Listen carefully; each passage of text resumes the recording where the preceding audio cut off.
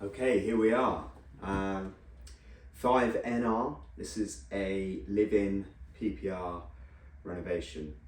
This is a property which I have bought with an 85% loan to value personal primary residence mortgage, i.e. a mortgage that is afforded by my income. Gross figures, you're looking around 4.5 times your income over the last 2 years as an average, including any bonuses. So any less than 15% deposit, then things get a little bit more restrictive. Certainly if you're the higher end of the borrowing multiple. So at 4 times income, you're going to unlock the 90-95% product and have a wider breadth of borrowing than if you're at the 4.5 times mark. Lenders might not be comfortable with you putting down a 5 or a 10% deposit. So that's the mortgage side of things. In terms of the actual property, it's been purchased for £827,000. It's going to be a 3-bed, 2 reception room, open kitchen, plan diner, downstairs, and 1 bathroom with a water closet under the stair. So that's what we're looking to put together. The end potential for the property, we would convert the loft, we would put 2 rooms upstairs, one in the main body of the house and the L-shaped dormer. We would have a separate bathroom and a bedroom at the back. Might squeeze an ensuite into the master room at the front of the house in the loft, but it really depends on floor space up there.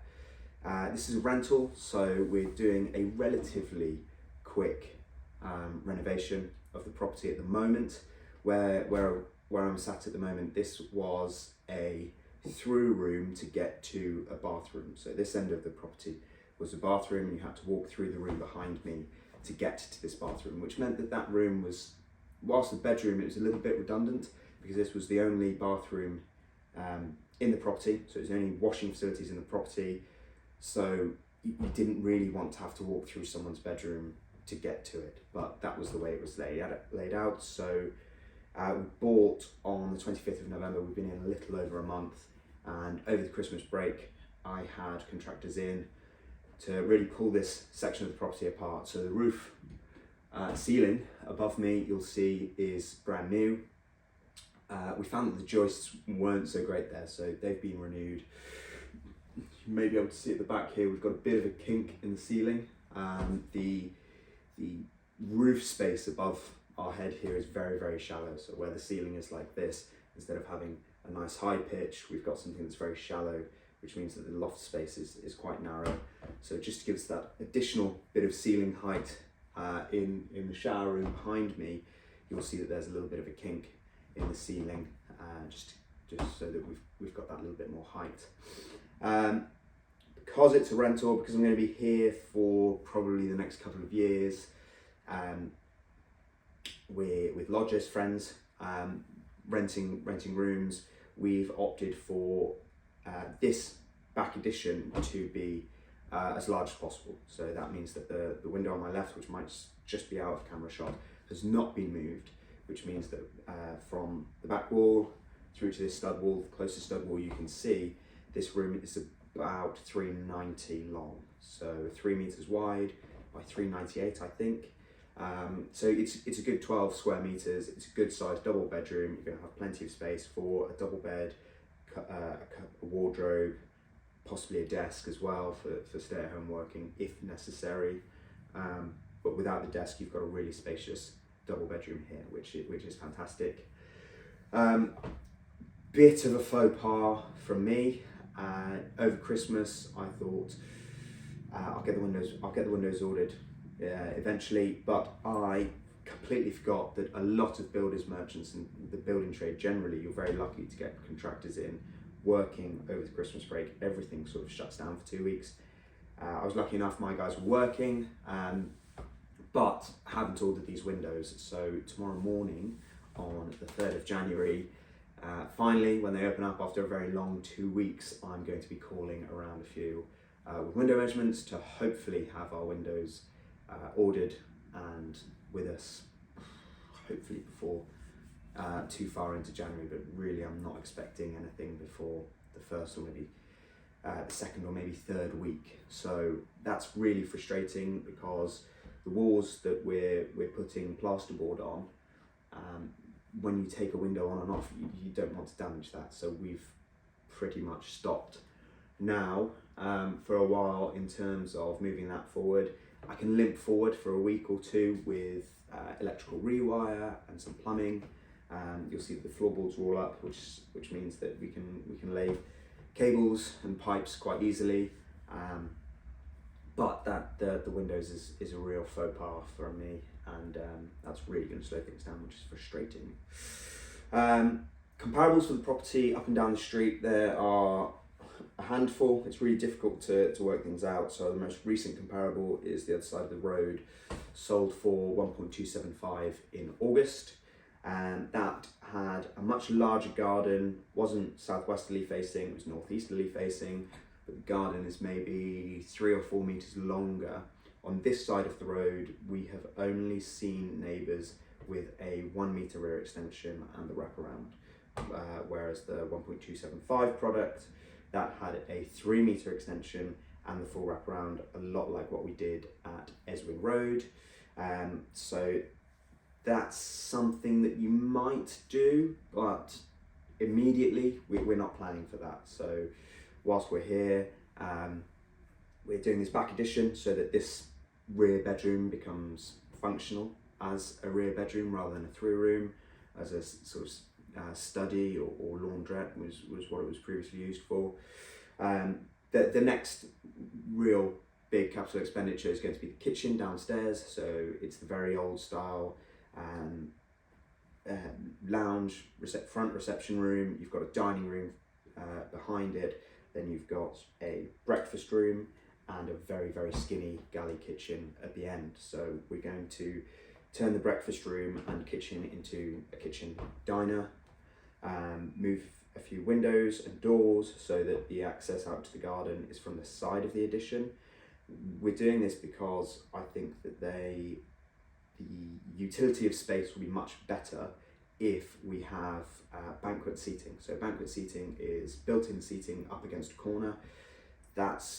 I think that's really a great use of space, because your table isn't in the middle of the room. You have a fixed corner where the table is pushed up against, which means you don't have the luxury of being able to get around the table, but it's a semi-permanent solution that's a bit better than having a table pushed against a wall and then pulled out for use. I really don't like that.